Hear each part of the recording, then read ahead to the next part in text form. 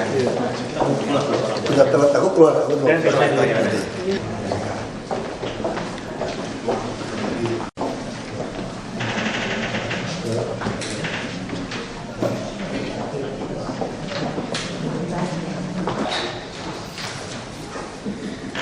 Bapak Wakil Gubernur Provinsi DKI, Bapak Ibu Pejabat Pemerintah Provinsi DKI,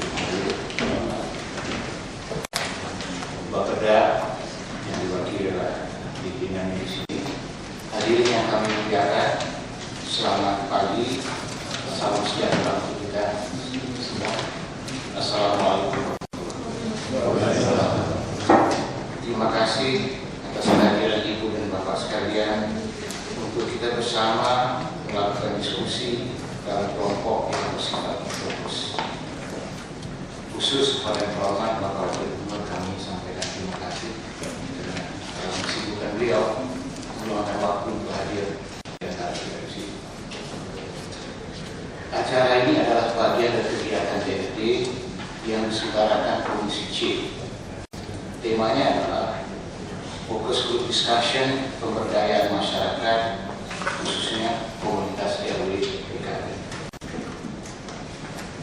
FGD ini merupakan kerjasama antara DFD dengan LPMJ, Lembaga Pemberdayaan Masyarakat Jakarta.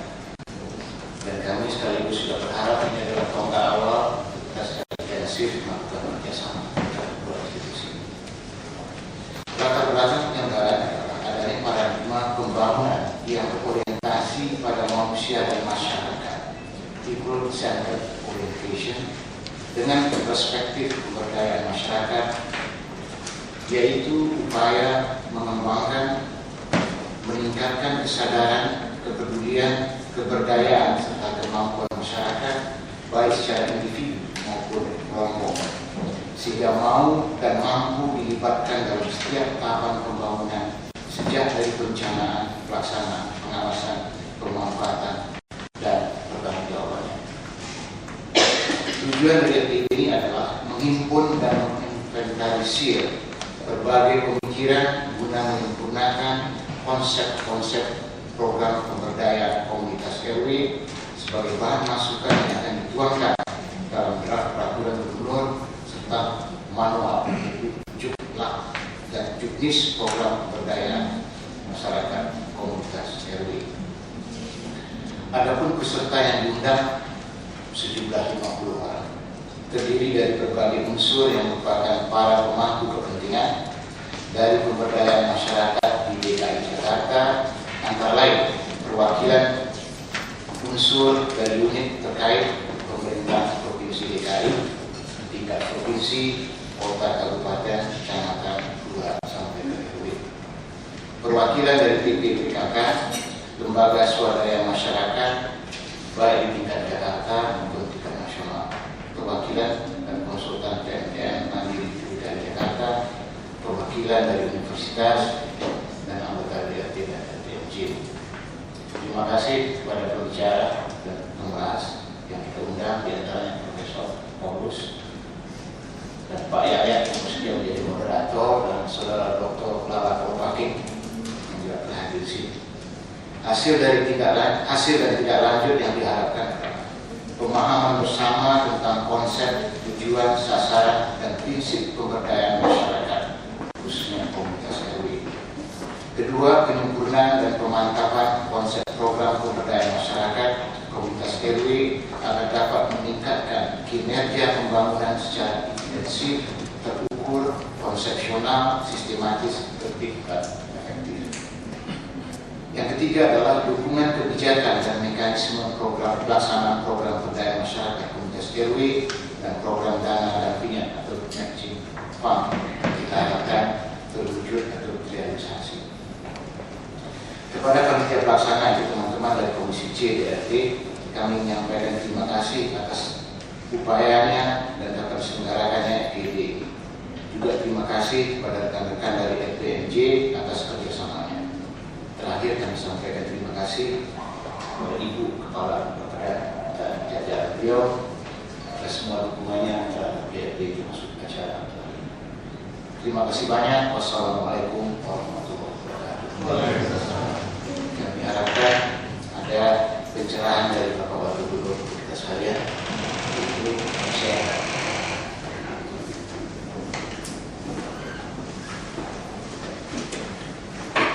Selamat pagi, Bapak Ibu.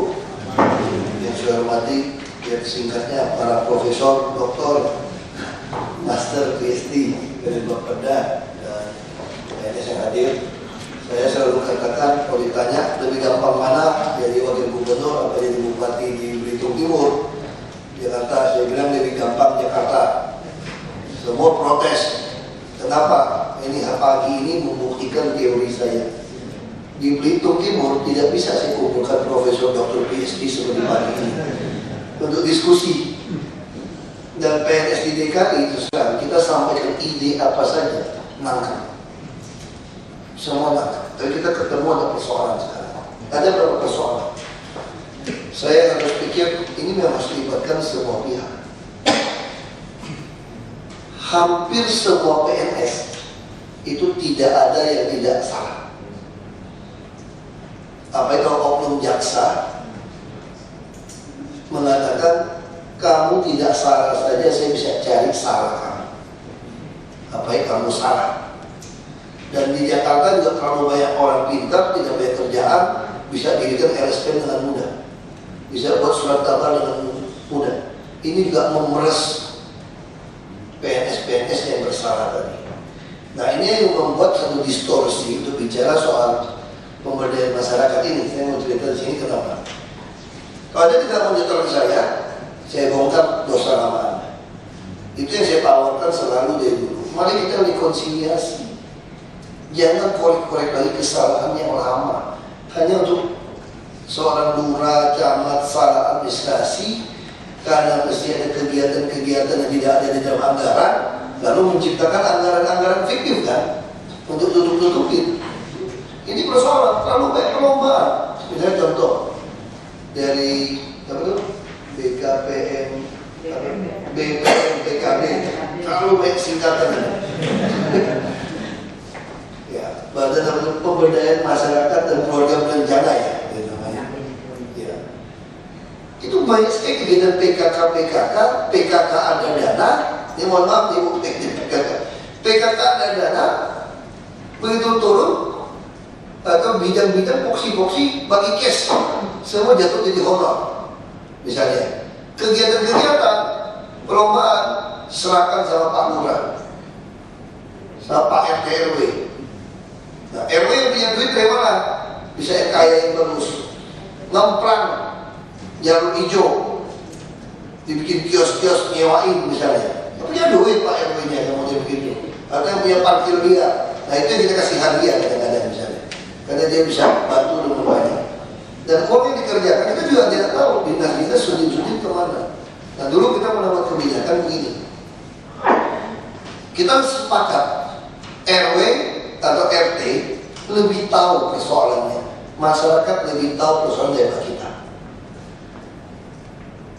Karena itu kita perbaiki kasus impres.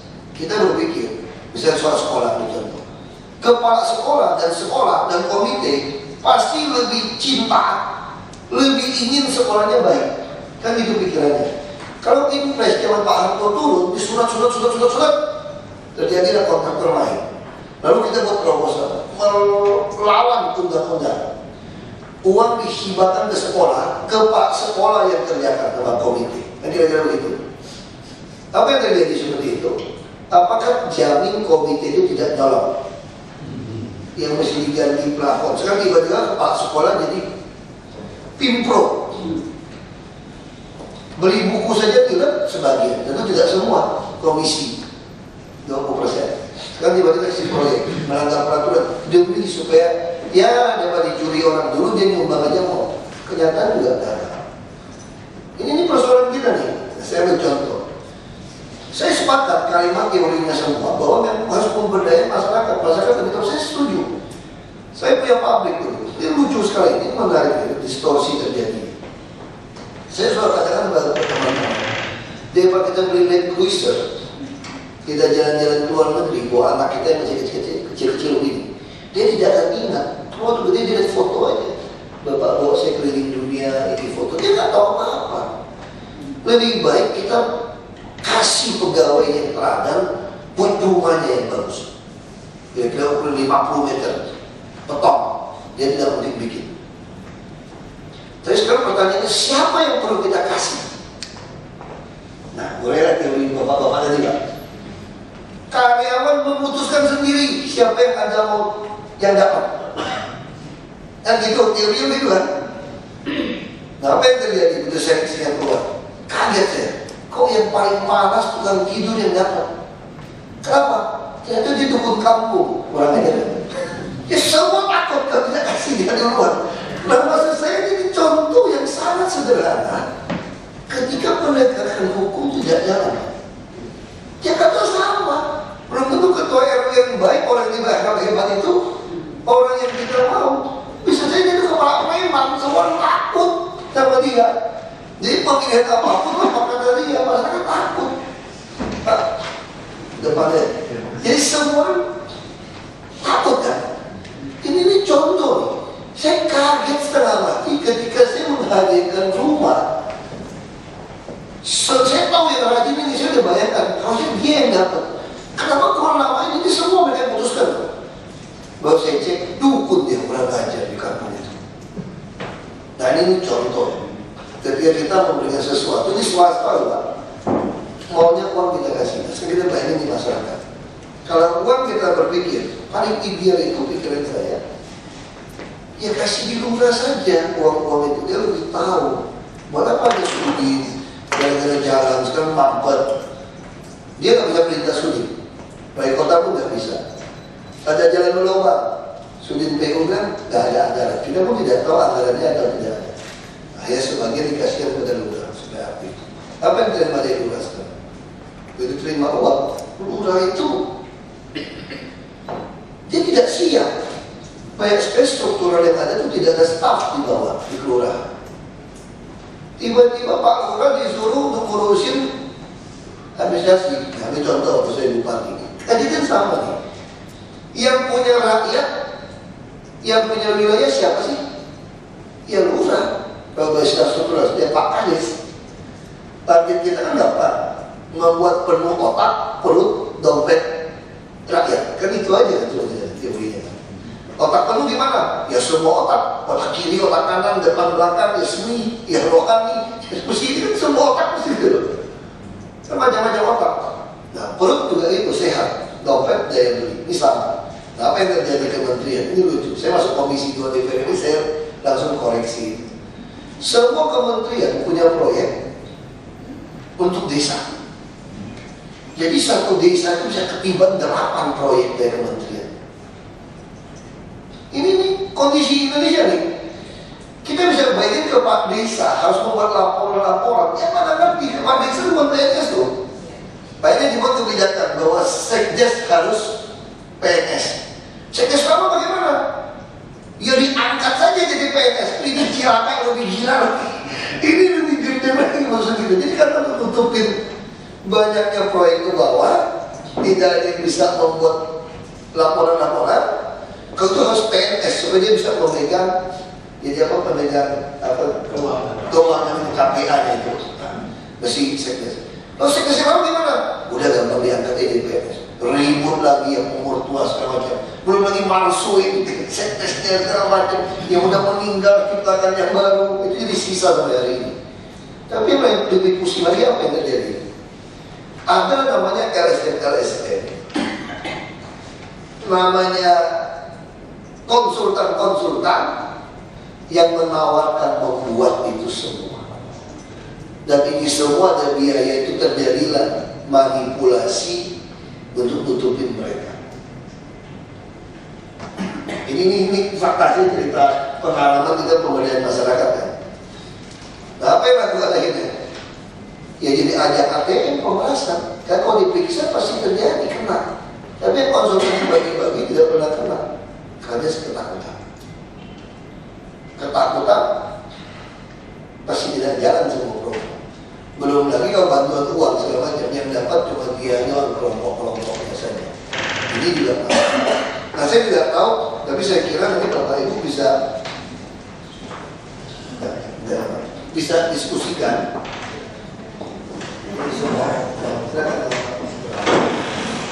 Jadi maksud saya Bapak Ibu nanti diskusikan saya. Kita sepakat pemberdayaan masyarakat. Kita sepakat pemberdayaan masyarakat. Kita sepakat bingkai luarnya itu adalah membuat penuh otak, perut, dan dompet.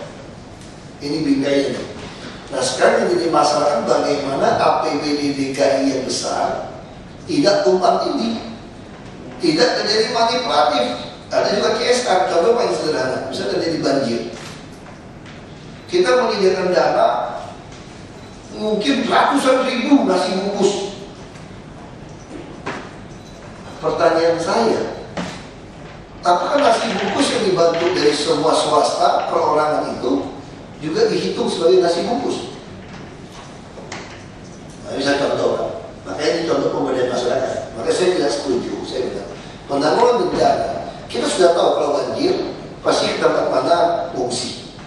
Kita tahu di kampung ini ibu-ibu mana yang tahan masa pesta, kita tahu persis.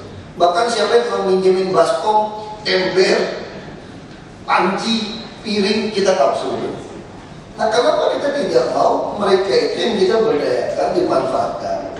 Kalau terjadi banjir, kita mau menghadapi banjir, rumah si ini yang biasa tempat fungsi atau sekolah ini, tukang masaknya ini, beras, makanan, sayur sudah di stok di sana. Sehingga terjadi banjir minimal 3 hari atau seminggu, tidak perlu suplai logistik, dia sudah langsung masak. Kalau sekarang tidak mau, hanya apel siaga di Monas. Begitu banjir, baru kalah-kabut kirim makanan, beli makanan. Kita pun tidak tahu makanan sampai ke kita. Tapi kalau tiap titik disediakan makan, dia masak. Masyarakat itu ngawasi. Kebocoran tidak ada di nasi bungkus. Kalau Anda begitu banjir lapar, bukan nunggu nasi bungkus, Anda harus datang ke titik pengungsian yang pasti sudah sedia, ada selimut, ada obat, ada macam-macam untuk makan. Lalu bagaimana kalau tidak terjadi banjir? Makanan begitu banyak gimana stoknya? Ya masakin saja untuk pesta syukuran, kenapa tidak boleh? Daripada keluar tidak karuan, ini contoh pemberdayaan masyarakat ini. Masa banjir udah puluhan kali, ratusan kali di Jakarta, masih tidak tahu titik fungsinya kemana gitu. Tinggal titip di sana, ada terima. Jadi begitu kejadian langsung masak. Ini contoh. Kalau titip uang, nah begitu banjir selalu kejadiannya apa? Titip kepada Pak RW. Ada oknum RW, numpuk itu super mini, jual, tidak kasih barang masyarakat. Selimut segala macam. Karena kita butuh logistik, distribusi.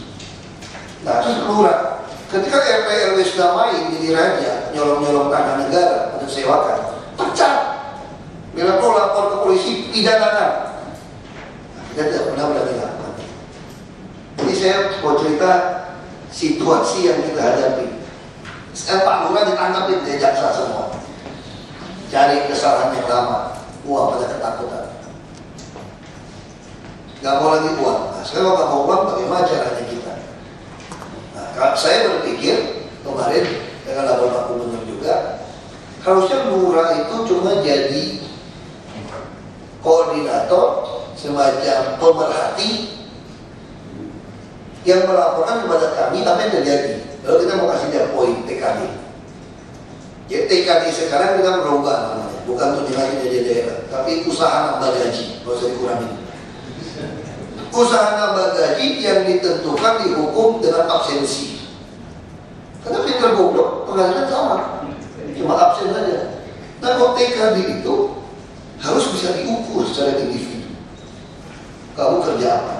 Dan efeknya kan dapat diukur di wilayah itu berapa banyak orang yang bisa pintar, rohani, kesenian segala macam. Berapa banyak orang yang tidak sakit, terukur ini. Kalau Bapak pernah ada repot, ukurnya ada repot. Berapa orang yang daya belinya naik, ekonomi UMKM segala macam negatif naik. Nah kalau itu bisa tercapai, maka si Lurah ini dapat poin. Total mau pulang berapa? Oh 50 juta juga saya ikhlas saja, tidak apa-apa. Gak apa-apa, tambah gaji yang lama TKD. Tapi ini bisa sampai 50 juta, bisa ada poin-poin ini. Nah dengan adanya menjaga seperti ini, semua orang ini di Lurah nih. RW yang baik, RT yang baik. Nah, camat bagaimana? Kalau 80 atau 90% lurah lakukan dengan baik, dia dapat bonus.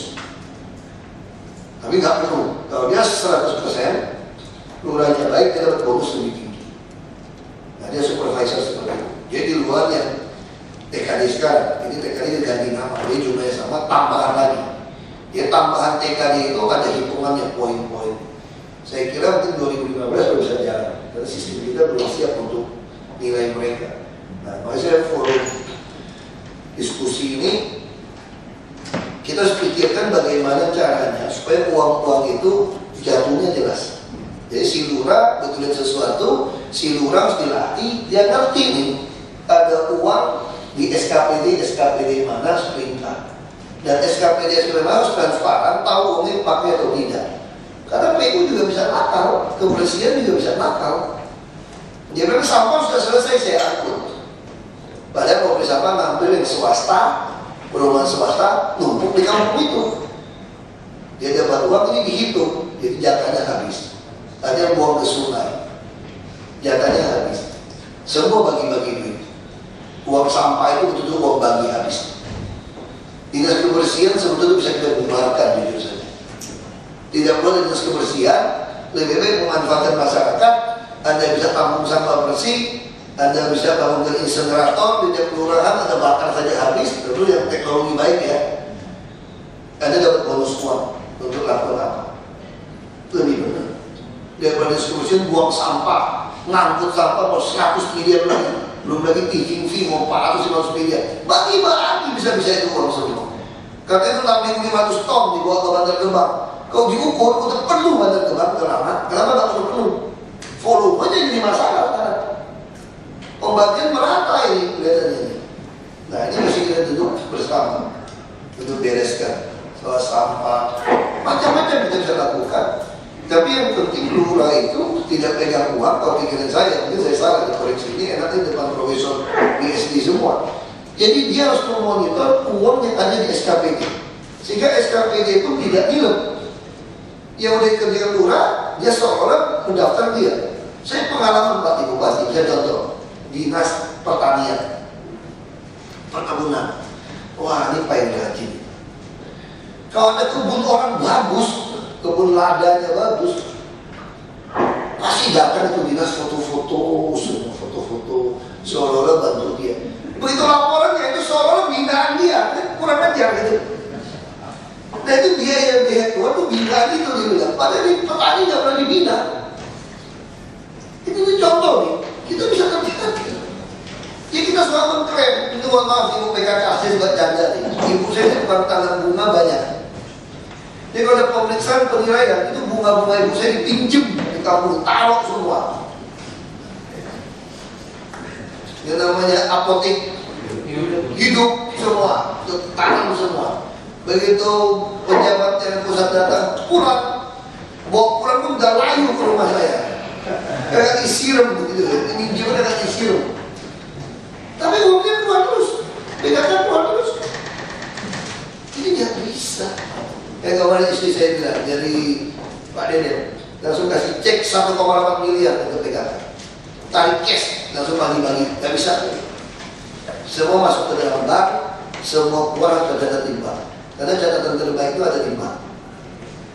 Baru audit. Kalau pegang uang bank begini, saya uang operasional saya pun saya tidak berani pegang uang bank. Saya taruh di bank. Jadi setiap keluar itu ada catatan. Jadi saya bisa menghitung balik seperti apa. Nah ini kebiasaan lama itu. Jadi kita bisa bayangkan seorang lurah, dia tidak pernah tahu ada anggaran berapa di studi untuk wilayahnya sendiri. Dia bisa lakukan apapun. Nah ini mesti kita duduk bersama selesaikan. Jadi kalau lurah itu bisa jadi koordinator, tapi menjadi tukang menentukan. Jadi saya pengen balik sekarang. Yang menentukan semua itu saya lurah itu dengan kerjasama masyarakat. Dia tinggal perintah lapor ke camat dan wali kota, perintah sudin untuk lakukan di tempat dia. Kalau tidak ada alasannya apa? Habis anggaran kamu kerja di mana? Kita rapatnya itu. Jadi kita evaluasi Monef itu selain uang, kita harus mesti evaluasi itu. Ini gunanya kita juga. Kenapa jalan saya tidak bisa ditutupin hanya lubang 5-6 biji saja? Dari ke puskesmas, baru pada jatuh naik motor misalnya seperti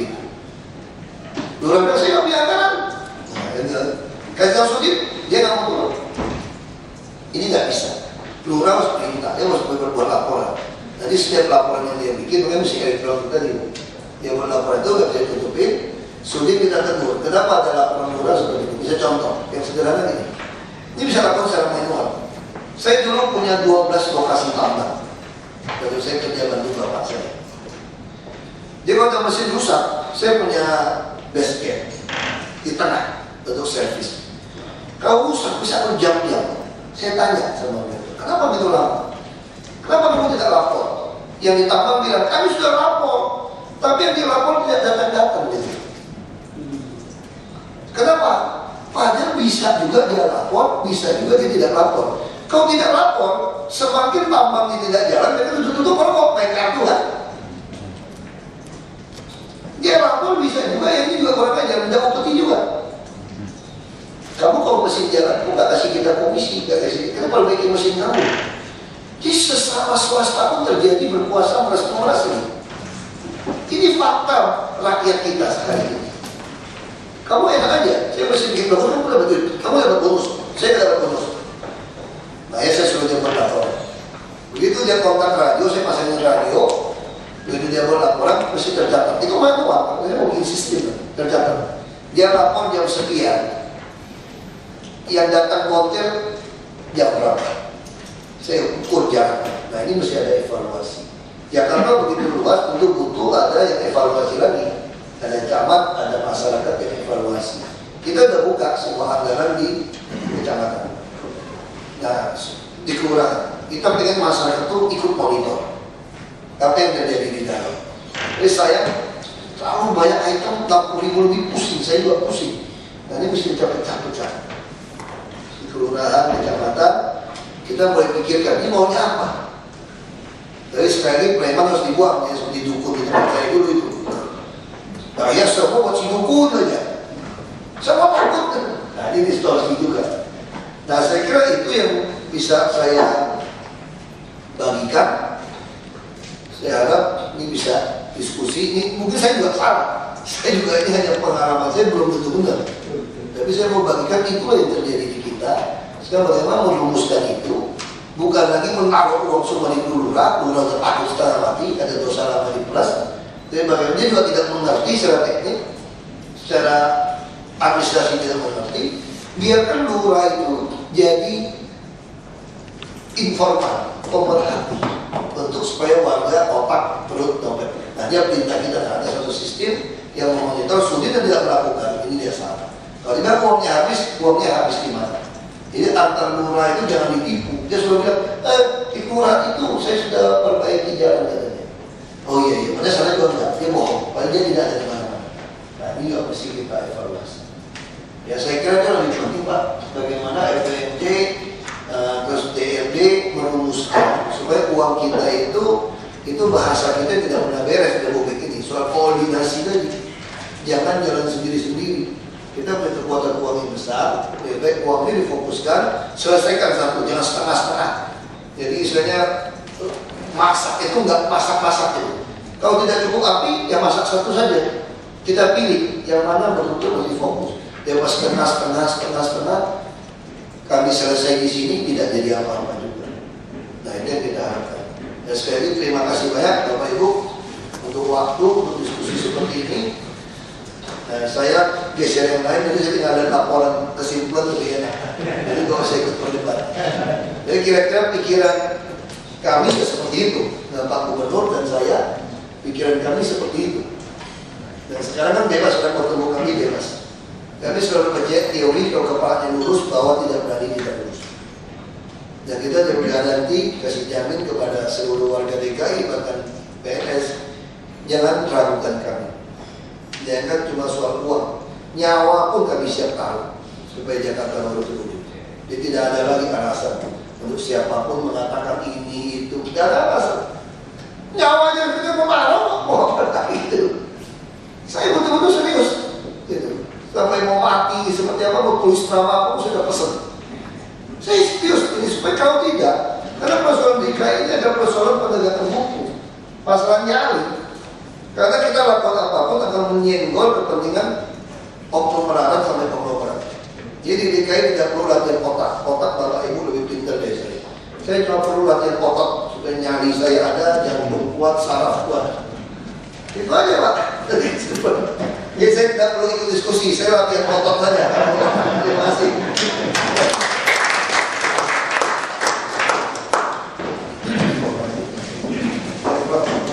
Prof semua udah aman ini.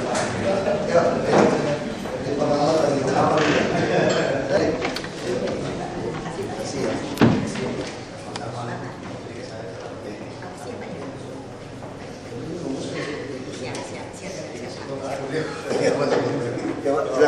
Pak Basuki, gitu Pak.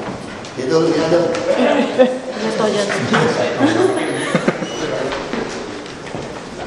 Mengenai persiapan kan Desember mau Januari, gorong-gorong dan sumur resapan sudah sampai mana sih? Ya kita kejar terus, makanya nanti saya mau ke LKPP untuk tanda tangani untuk e-katalog. Ya kita terus punya kelemahan, pemberian alat berat itu sangat pelan. Bayangkan belum datang semua. Nah kita ingin masukkan dalam e-katalog. Supaya nanti bayangkan Februari kita ada uang, tidak bisa beli alat berat. Kan lucu kan, ini 9 bulan nunggu alat berat, uang ada. Taruh di bank juga nggak ada deposito, nggak ada bunganya uang pemerintah. Ya PBD itu. Diam aja kan. Nah kita harapkan LKPP bisa masukkan, nanti sore saya tanda tangan dengan LKPP supaya nanti semua masuk e-katalog. Nah sekarang bagaimana? Yang sudah apa adanya juga, sama seperti waduk-waduk saya cerita. Kita mau keruk saja, itu saja saya cerita. Misalnya contoh waduk Pluit Tengah, kan kita sistem air kan begini kan, Ciliwung masuk kan dibagi dua nih, ada Banjir Kanal Barat, ada Timur, ada Cakung Drain, ada Cengkareng Drain. Ini ada pintu Manggarai. Kalau ini volume 2 pintu Manggarai terlalu tinggi, berarti pembagian ke sini kan udah kurang, harus dibuka. Kalau dibuka, seluruh istana, balai kota ini semua tenggelam ini. Makanya di situ dibuatlah waduk Pluit. Dikosongin waduk Pluit. Kalau dikosongin dulu bisa nampung 7 juta sampai 8 juta air di situ. Itu nggak bisa kosong semua. Nah kalau ini masuk, ini bisa ada sistem pompa. Tapi waduk Pluit kan didudukin, tinggal 50 hektar, kedalaman 2-3 meter. Nah masih kita keruk. Kita mampu keruk, bisa masukin kapal dredger, swasta mau. Kebetulan mereka mau uruk untuk pelabuhan Nizam Zaman punya Kementerian Kelautan. Dia mau membuat tambahan untuk pengolahan ikannya. Dia mau kasih dengan PT Berantas BUMN untuk keruk gratis. Masalahnya bukan gratisnya, begitu dikeruk, ini sisi kanannya ada 1.500 rumah yang pakai kayu. Di atasnya juga ada hampir 5.000, 7.000 rumah nih. Nah waktu saya bersihkan kiri saya 1.000 rumah, orang udah bilang saya melanggar HAM. Nah udah bersihkan kiri, selatan belum selesai saja, utara belum selesai, kita hanya mampu keruk 20%. Kalau dengan alat berat keruk, tidak pakai dredger, itu hanya kemampuan 3 meter dalamnya. Nah itu saya mau kasih cerita seperti ini, kondisi yang kita hadapi. Nah prinsip Pak Gubernur sederhana, kita harus punya rumah dulu, rumah susun untuk pindahkan mereka. Itu aja masih terus melawan. Terus sungai-sungai kita semua didudukin. Gimana mau masuk alat berat? Nah gimana mau masuk dredger? Nah kita jadi satu pihak kesulitan untuk normalisasi sungai waduk, bukan kesulitan normalisasinya. Gampang alat berat begitu banyak, dredger gitu banyak, dump truck banyak. Yang susahnya orang-orang tinggal di pinggir yang udah merasa hak dia, minta uang kerohiman, minta uang ganti rugi. Nah ini mesti kita bilang sama jaksa, sama pengadilan negeri, ke depan siapapun yang menduduki tanah negara pidana saja sudah. Sekarang kita kasih pengampunan, kita pindahkan. Kalau ke depan masih ada yang uruk, masih ada yang bikin rumah baru, nekat. Kenapa? Kenapa orang tidak takut? Kan dianggap kalau misalnya mencuri, ketangkap dikembalikan barangnya, tidak dipenjara, semua orang pergi mencuri nggak? Kenapa gunakan istilah mencuri? Mencuri kan diem-diem gitu. Karena kalau ketahuan kamu dipidana. Tapi kenapa menduduki tanah negara, menyusahkan orang, begitu ketahuan malah minta ganti uang? Nah karena tidak ada penegakan hukum, makanya mulai ke depan pidanakan saja. Pak Basuki, baru orang takut. Artinya kan ini kita berkejar-kejaran juga dengan musim hujan. Iya. Artinya kalau dari segi masyarakat seperti itu. Makanya kita bicara jujur saja sekarang. Kita siapkan tim banjir bagaimana. Kita siapkan, kita kerja semaksimal mungkin sampai. Kita cuma bisa 12 waduk yang bisa kita kerjakan dengan alat berat terbatas. Nah kalau hujan seperti awal tahun kemarin gimana? Nah, iya, betul. Bisa banjir Jakarta. Tapi pompa udah kita siapkan, ada 221 pintu-pintu air, kita harap bisa beres. Rumah-rumah pompa, mesin-mesin kita tambahan bisa beres, Sumur resapan terutama yang di tengah tadi kan. Terus kita harap banjir kanal barat sama timur ini tidak lagi lewat lagi Tanggul. Kalau lewat lagi Tanggul jebol nih. Nah kita harus buka pintu Manggarai, tapi pintu Manggarai perlu kita harus siap. Baik, kita harap mesin tambahan kita bisa siap sampai akhir bulan ini. Nah kalau itu siap, dan kita udah turunkan semua muka air sampai ke bawah. Jadi kalau sekarang encing gondok di mana-mana, lumpur, jangan kaget. Kita sengaja buang itu air semua, supaya untuk mengantisipasi kerusakan mesin segala macam. Dan antar pintu air juga masih banyak yang tertutup. Pasti ada daerah tergenang banjir, pasti akan terjadi. Karena hampir semua saluran air penghubung itu dibuat rumah-rumah dan kios-kios. Nah itu yang kita lakukan.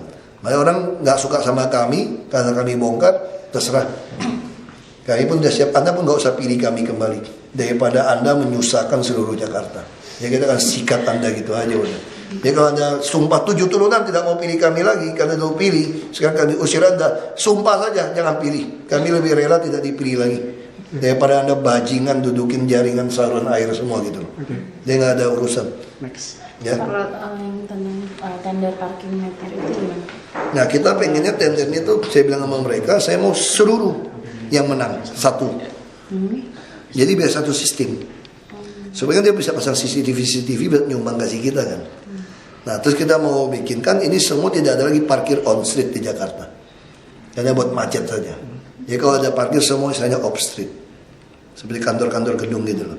Jadi parkir ini bukan soal ambil uang sebetulnya. Parkir ini dalam rangka membatasi jumlah kendaraan di wilayah itu.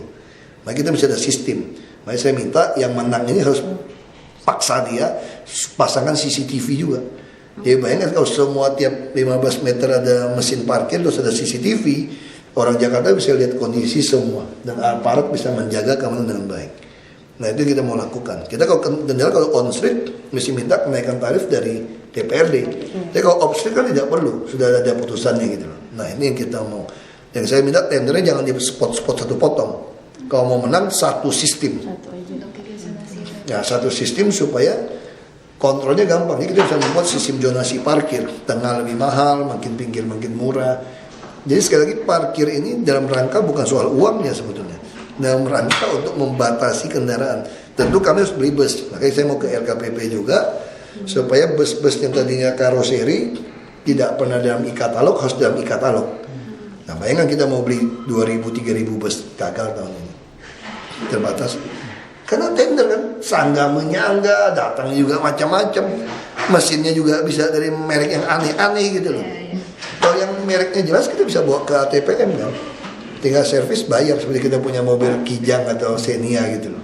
Nah kita ingin LKPP bisa kerjasama dengan ATPM bantu kita tahun depan beli bus langsung beli kontan aja. Jadi kita bisa beli bus banyak 3.000 langsung beli.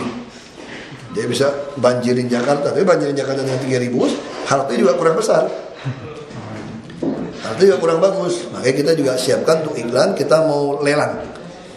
Perusahaan iklan mana mau perlebar halte jembatan penyeberangan orang termasuk yang terminal integrasi kita kasih saja yang penting cepat ya. Kita ingin tahun depan itu betul-betul kegagalan pembelian bus segala macam tahun ini kita selesaikan tahun depan termasuk alat berat ya. Kita harap begitu uang turun alat berat langsung beli aja, dredger semua langsung beli saja. Ini kan jadi cepat jadi seperti tahun kemarin. Dan kita juga gunakan e-budgeting ya, bisa lagi orang nambah-nambah yang nggak sesuai gitu. Ya, saya kira itu ya. Dikit Pak, spesifikasi mesin untuk di sistem parkir itu seperti apa sih? Apakah nanti yang kayak di gedung-gedung atau mau? Oh enggak, beda. Ini persis di Eropa. Kita maunya seperti itu. Ya nanti orang bayar, misalkan kamu datang bayar misalnya sejam 3.000. Nah Anda kalau datang ke satu tempat Anda bisa hitung kan, Anda mau sejam apa 2 jam. Misalnya kalau 2 jam ya sudah saya masukin 6.000. Saya debit masukin uang koin atau dengan debit card tadi, dia beli bayar. Nah 6.000 atau Anda cuma 1,5 jam, berarti kan cuma kepakai 4,5 kan, berarti ada kembalian 1.500 yang nggak bisa dikembaliin, tapi juga tidak hangus uang Anda. 1.500 akan disimpan di mesin itu. Ketika Anda parkir lagi ke situ, bisa mau sejam, Anda cukup bayar 1.500 sudah ada. Nah yang persoalan kalau Anda bayarnya sejam, Anda parkir 3 jam. Oh itu yang Kan jadi masalah sekarang nih. Nah Anda kabur nih kan, Anda nakal kan. Nah tukang parkir ada nggak? Ada. dia hanya ngetes mobil ini parkir berapa lama. Ada Nah, kan dia tahu kan mobil ini jam bayar berapa, dia cek ternyata mobil ini nggak bayar nih, bisa dia nggak bayar kan, dia main parkir, dia nggak mau bayar atau kelebihan waktu. Nah, di situ dia akan dikasih kertas untuk bayar, untuk store. Nah, gimana kalau langsung dia keburu kabur? Ya nggak apa-apa, selama plat Anda asli, plat Anda, plat Anda asli, besok kan kamu juga akan parkir tempat yang sama kan umumnya kan. Nah, Anda akan tidak pagi. Nah, kita juga bisa blokir STNK Anda. Nah, kalau ada palsukan STNK, orang bisa iseng kan, platnya dipasang sembarangan. Nah, nanti kan lama-lama ERI kan jalan. Kita akan hubungkan, kenapa mesti bikin satu sistem. Nah, ini tukang parkir bisa tahu juga nih, plat ini tuh palsu. Nah, makanya kita mesti hubungan dengan Polda. Yang repot kan dari Tangerang, makanya kita butuh kerjasama Polda, ERI. Jadi kalau ada sistem ini dia lagi kerjakan, udah masuk sistem pajak, nanti bayar samsat semua juga kontan, bisa bayar di situ juga. Di mesin parkir juga bisa bayar sebetulnya. Kita mau pengennya seperti itu. Langsung ketahuan ada palsukan, ya gampang. Dengan kontak polisi, datang, tangkap pidana. Pak Lelang sendiri katanya sih Pak. Nah, kita mesti panggil LKPP lagi, BPKP, supaya jangan salah. Ini kan sesuatu yang baru kan. Kita nggak mau masuk penjara gara-gara salah administrasi. Itu kan kasihan kepada OPD parkir nanti. Targetnya kapan Pak? Maksudnya Targetnya tahun ini harus mulai keluar, udah mesti jalan. Jadi tahun depan udah mulai jalan sistem-sistem. zonasi parkir ya. Ya. Pak, terkait ini Pak, Presiden SBY kesannya kayak nyindir Jokowi soal kemacetan di Jakarta gimana Pak? Pak SBY kan udah mulai ngomong ini dari zamannya Pak Fauji Bowo. Nggak nyindir. Jadi menurut saya. bukan nyindir. Baru setahun kok justru Pak SBY minta kita selesaikan PR-PR lama yang belum selesai. Dan Pak Pres sudah bilang apapun mau dilakukan dari Pemprov DKI, pusat akan dukung penuh. Tapi sampai sejauh ini upaya pendukungan itu Dukung. jalan nggak? Seperti IRP dikasih surat PP, semua mereka bantu. Termasuk kereta api, jalan layang kan mereka bantu. Termasuk penambahan gerbong kereta api itu pusat bantu. Dengan Jadi IRP kita- seperti sistem yang diterapkan di Singapura, berarti setiap mobil harus dipasang. Iya, kalau sementara belum dengan stiker. Bisa terlaksana dengan baik. Bisa aja tender, tergantung bank sekarang. Makanya kan sekarang persoalannya juga pemakaian yang e-money ini kan semua bank belum satu. Masih semua slotnya masih itu yang masih itu mesti BI lagi yang mesti beresin. Tapi intinya kita tidak ingin lagi pakai hampir 90% uang gilar. Ini mesti dirubah. Ini akan menghemat uang negara. Jadi semua orang ini juga akan mengatasi korupsi ke depan. Jadi kalau ini semua siap, nanti misalnya Jakarta kita mulai tidak boleh tarik cash. Nah, kita harus seluruh Indonesia. Orang bisa ngambil dari daerah kan. Ini yang narik cashnya banyak perlu dicurigain untuk nyuap pejabat. Jadi kalau transaksi mungkin hanya 1 kali UMP untuk boleh tarik cash. Kamu untuk apa tarik cash sampai 10 juta? Beli barang sekarang bisa ada beli mobil pakai uang cash, gila. Itu pasti uang nggak jelas. Kak, ada nggak sih program kemacetan Jakarta yang terkendala sama pemerintah pusat gitu? Hampir tidak ada yang masalah, cuma soal kereta api saja. Pemerintah pusat juga ada bantu kita seperti MRT, dia nanggung hutangnya 49%. Barang punya kita, hutang dia yang nanggung. Tapi kayak soal mobil murah itu gimana? Mobil murah kan sesuatu hal yang menurut saya sesuatu yang beda. Yang penting pemerintah pusat yang kita usulkan kepada Wapres, kan Wapres yang pimpin. Nanti semua mobil obesnya sudah siap, tidak ada lagi bensin subsidi di DKI. Tidak ada bensin subsidi. Ya mobil-mobil pribadi tidak boleh isi solar yang subsidi. Nah jadi kan jelas. Jadi tidak ada lagi bensin subsidi. Kecuali untuk motor gitu. Motor pun kita batasi. Nanti jalur-jalur tertentu ada bus gratis, motor nggak boleh masuk. Motor hanya ada naik motor untuk naik bus gitu. Nanti lebih aman, lebih selamat daripada mati 3-5 sehari. Dia pusat bantu kita kok. Dia bukan nyindir kita, orangnya tapi itu mah dari zaman Pak Foke, Pak SBY udah marah-marah. Tiba-tiba ada angin apa gitu Pak nyomong lagi? Ada angin apa gitu? Gak pas orang ngomong kan inget biasa. Nggak kayaknya mencari-cari ini. Enggak lah. Pak SBY sama Pak Budiono sangat bantu kami jujur aja. Kita hubungan sangat baik sama pusat. Bukan saya karena dia presiden, kalau nggak benar saya bilang nggak benar kok. Saya orang cuek aja. Saya ngomong apa adanya. Saya sama Wapres baik banget, hubungannya baik sekali. Jadi bukan karena itu. Terima kasih